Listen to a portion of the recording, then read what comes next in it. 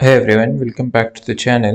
In today's video, I am going to show you how you can exactly add a new profile into Brave browser. Whether you need to a separate profile for work or personal use or different projects, you can do that. First you have to open a Brave browser, and uh, as you can see, I already have I don't have any profile. We can create it now. So don't worry, let's create a new profile for that. Now click on these three dots and go to more tools. Here you can see this add new profile and open guest. If you want uh, a temporary browsing session, you can click on the guest profile, but it won't save your history or bookmark. If you want a permanent profile, you can create a new profile. If you want temporary, you can click on this guest. If you want permanent profile, you can click on this.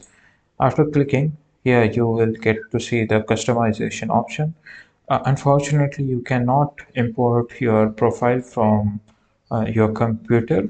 All you have to select from these options. For example, I will select this.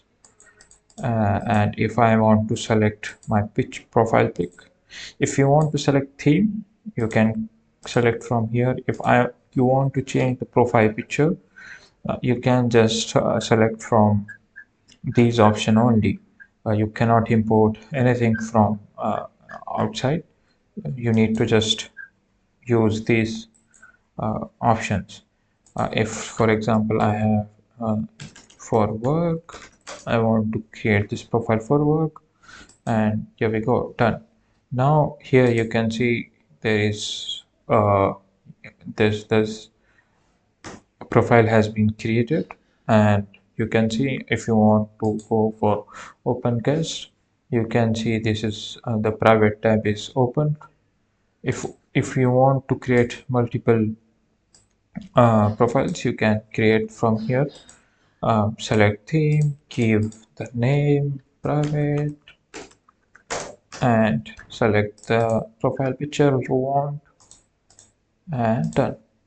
From here you can choose which one you want, where you want to go. Here we go.